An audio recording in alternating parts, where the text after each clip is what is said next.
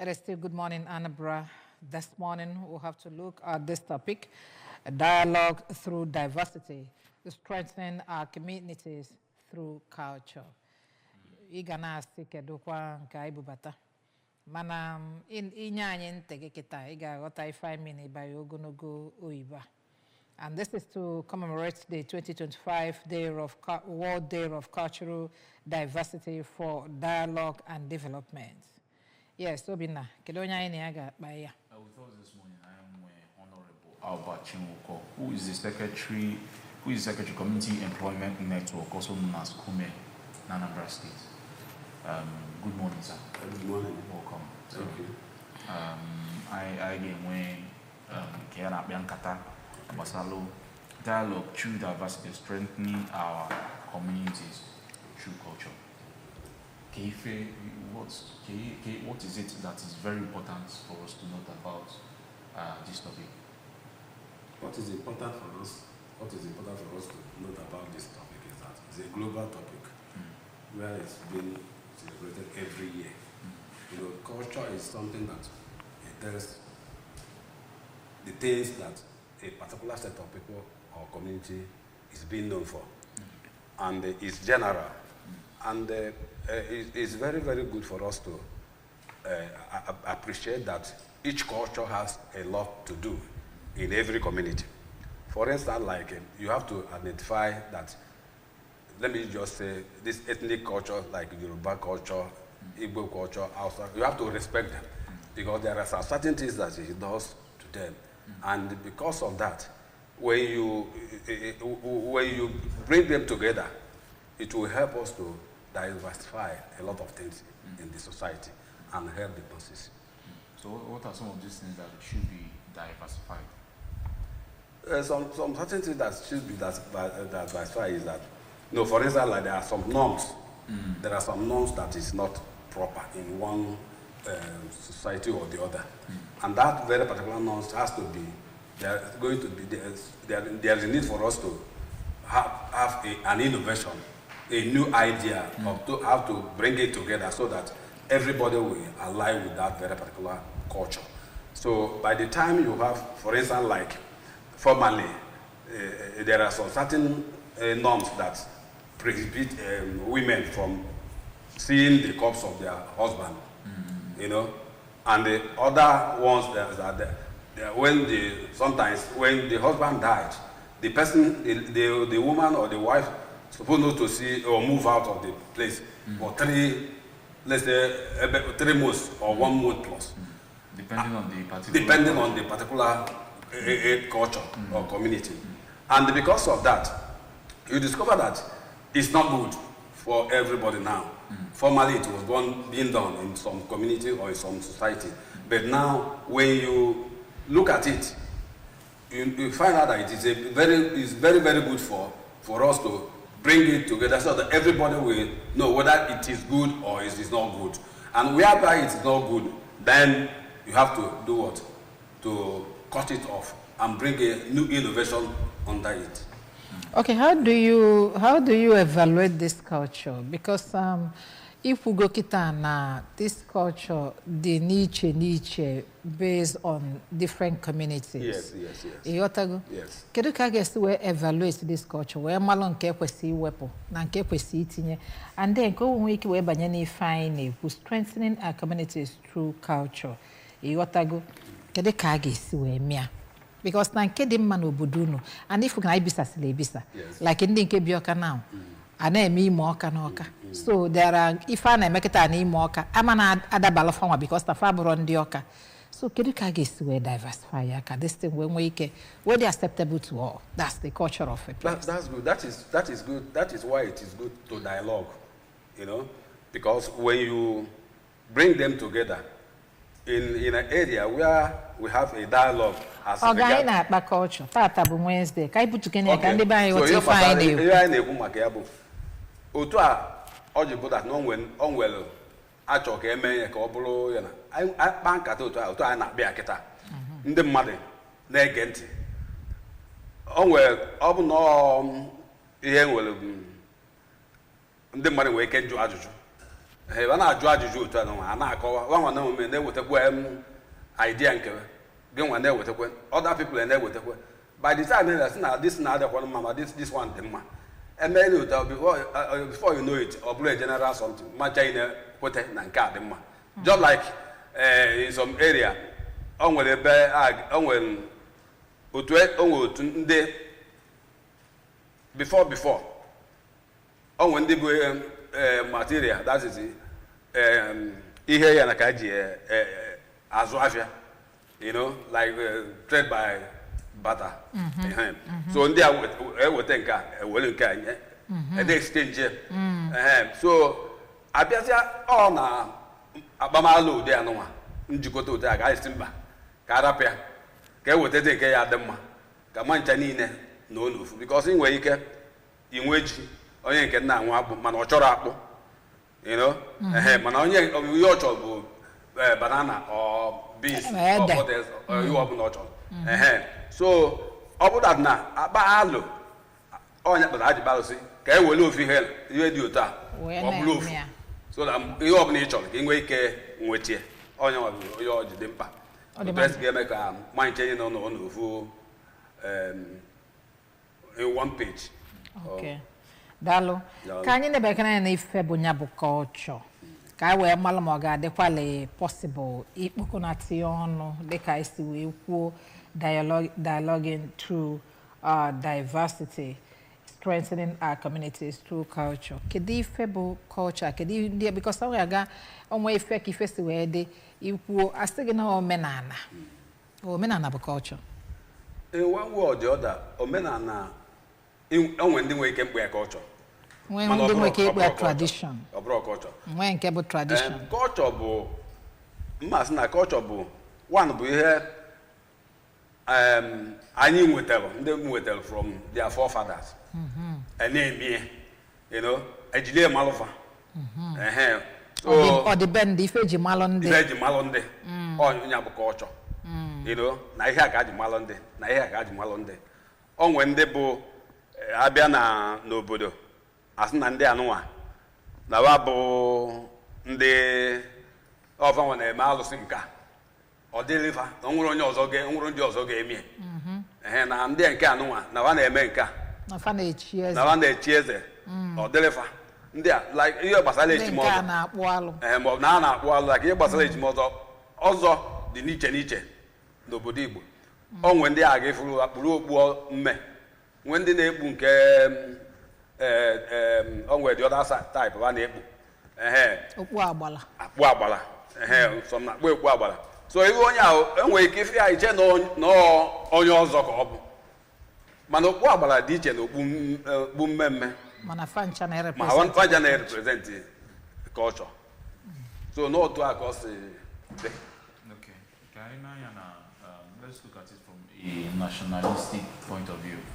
Can in Nigeria, I'm way over according to report, Odika Akale, maybe 250 different cultures, traditions, and also languages in Nigeria. Of course, that's no way to So, and in Aya from Imagono, from independence or even pre-independence, look at Odika conflict of cultural differences. In Aya na okay, Erika, some part of the Western country, these issues of and some people when they guys know through the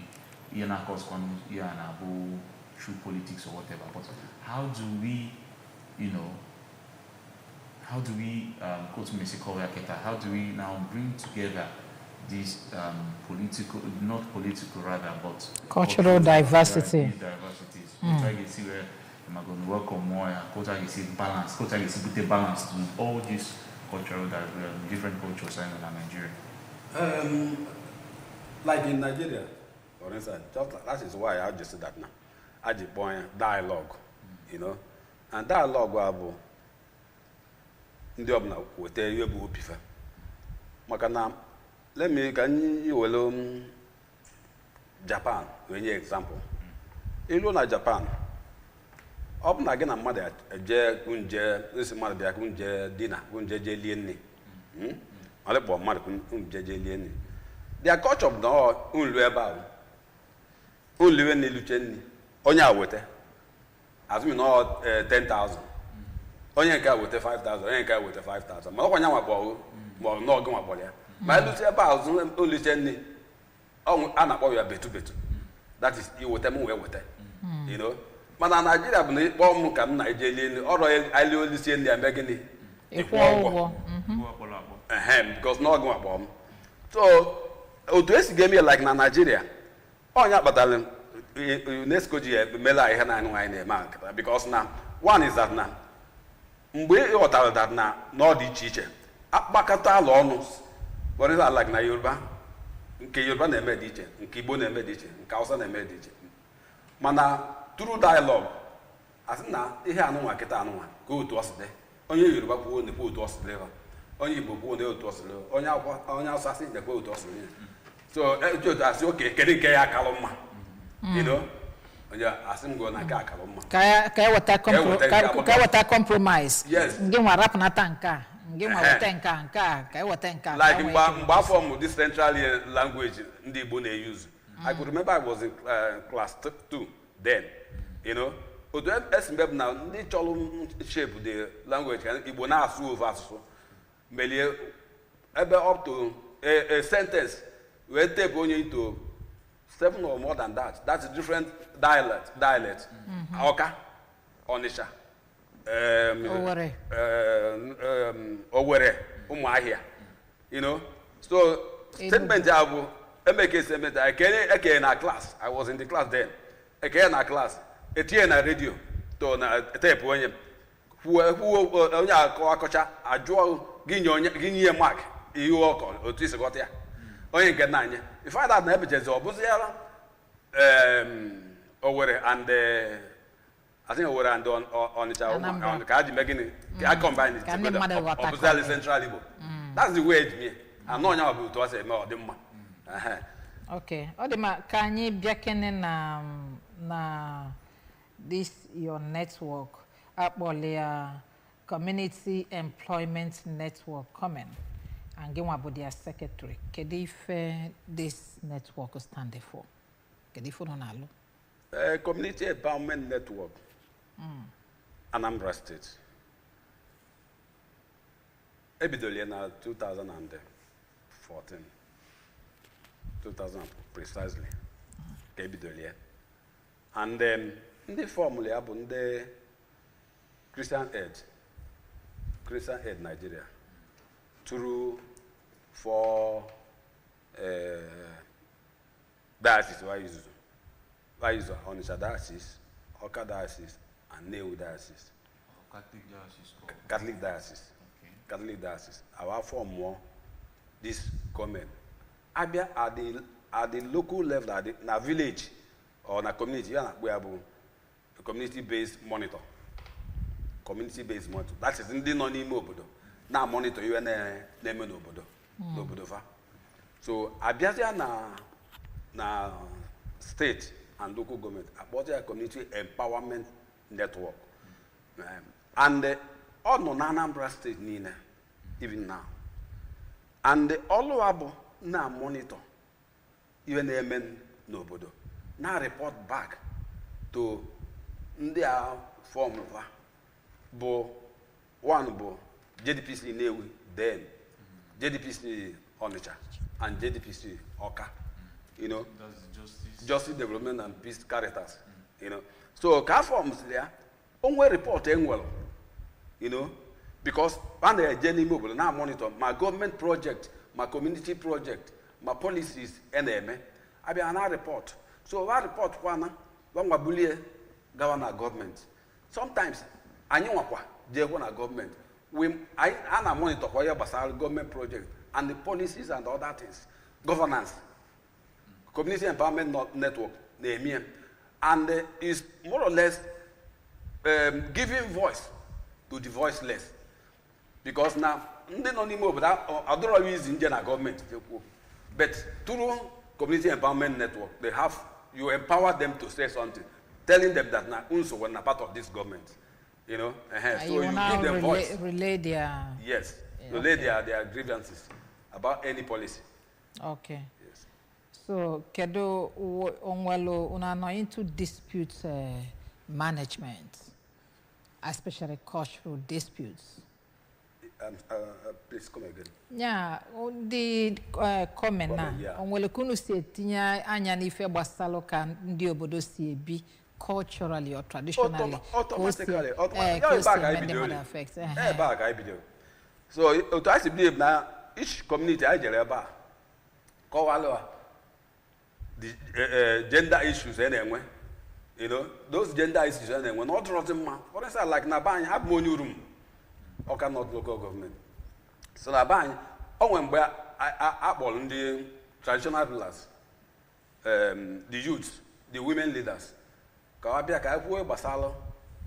this burial right of a woman or burial issue.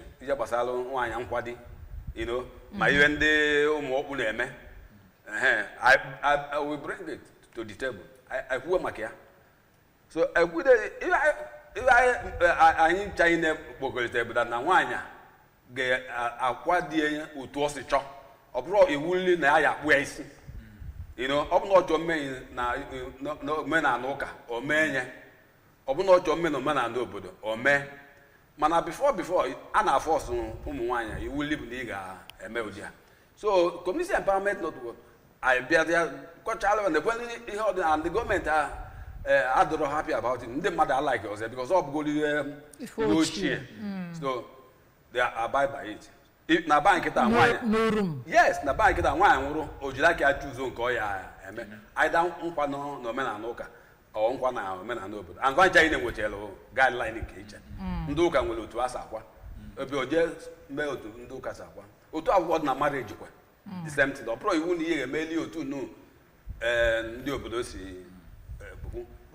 When you get a marriage, let's kind of intertribal marriage. Anya.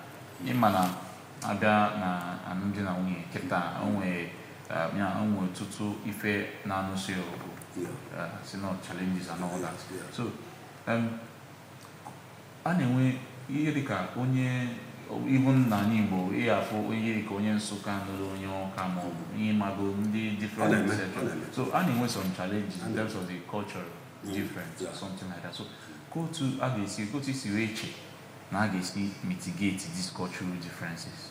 Especially ma ọ bụrụ nwere ike nwoke na-anụ nwaanyị adịcharo in ọlakịchara ya ma ọ bụ nwaanyị na-abata be di onye a na-anụbata adịcharo in tune with the cultural differences. How is manage this diversity? Otu a si ya manage ihe anyị kọrọ kịta bụ ihe ọ na-eweta nnukwu esemokwu n'ezinụlọ maka na ọ na-ebidogodo na mbụ nwoke chọọ nnụ nwaanyị mgbe gboo otu esi eme nwoke chọọ nnụ nwaanyị ọ ya ebugodo ụzọ gwa nne ya na nna ya na-achọ nnụ nwaanyị otu esi eme bụ mgbe abụ achọwala ya nwaanyị you know so because na ihe dị involved na ya bụ ka amalụ family na na-ewebete ka amadị ụdị omume a na-eme because na some of them bụ onwe ndị ya eje nụbata ịmara omume dịka ihe anyị na-ekwu ịmara culture because of the ịmara culture ọ batakwa exhibit where that culture nke wa ọ na conflict with your own culture so nwaanyị achọ dibịa nwaanyị ọgwa nne na nna mana kịta azụ ọ dị ọzọ ụdị a you know ndị ọbụla onye ọbụla jide aka ya achọlụ di jide aka ya na-achọlụ nwaanyị ihe ya na-agwada bụ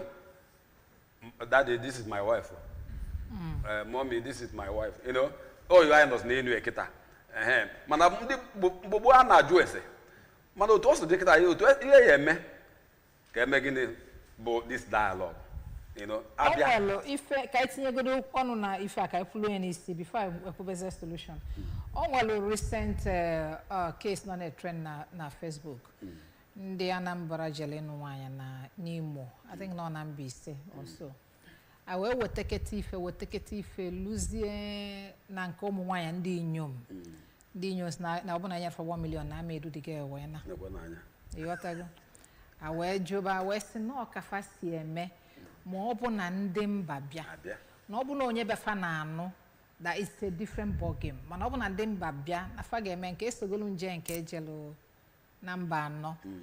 First I put 100 tubers of yam. I bulu 70 or 80 we jelo. I we calculate and there for la for. Now the remaining 20 calculate on 1,005, 1,005. Sina nyega akuya cash. The guy I do just any other anos. So that's this crisis here and there. So can do I don't know why in Igbo I will have this, you know, cultural diversity or what do we call it? Can you get sime we katai for no couple no ibi no wanya na enwelu template eja no wanya misi elu misi bo we bia na onya ka ige me we dulu wanya. Okay. Especially in all the states. Okay. That is why I urge them adding well this local government, states, for instance, in our state, house members, house members. Policy is one of them. That now so and so. Even before, and price control price board. You know, not control price. Level before. You know, the policy. So like now, no budokita. Not like you like that, no budokita. Many or to do obudo.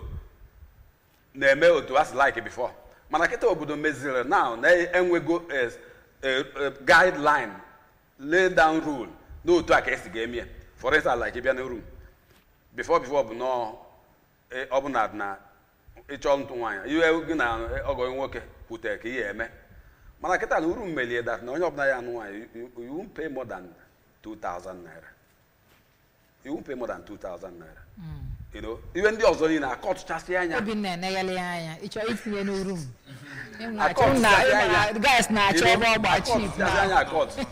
not way by it. I'm going to be a jota. You may go do 1 million. Eh? You are a member, well, 1,000 naira, and yet you are going to. That's a policy. So, like you are like that, you and Imoma, Anambra, Enugu. Oh, that's going to be a policy that can join them together, you know? Like this your network, and will in other states. Yes, and will in a bunny. Even in a bunny, even in a Benue state. So, MYK use their state too as a vehicle to exactly. handle some of the states. Exactly. That is the best. That's what we. Oh, now be very agitate. Even Nimo, Nimo, Abia. I did form all this is before. And kita as the idea was a collective meeting. That is it. I don't know because no a meeting. I know now be right now. Makangene is 18 years na pass sir. Yes. Emo yet na Nigeria kita go ego. Oh yes. Ima na afọ maybe fed ma chomi fage meka we kusa. Ga kusa yema. You have to resist it. And the love of money is too much. Oh dear. It's only also kedi again with them ajeba. Odima, I na-ekenegi. Honorable Albert Chinwuko, Secretary Community Empowerment Network, Komen, Anambra State. I na-ekenegi dikis bịa on your line tata. I weba dialogue through diversity, strengthening our communities through culture. That's exactly what we looked at this morning. Yeah. Dalo. Thank you.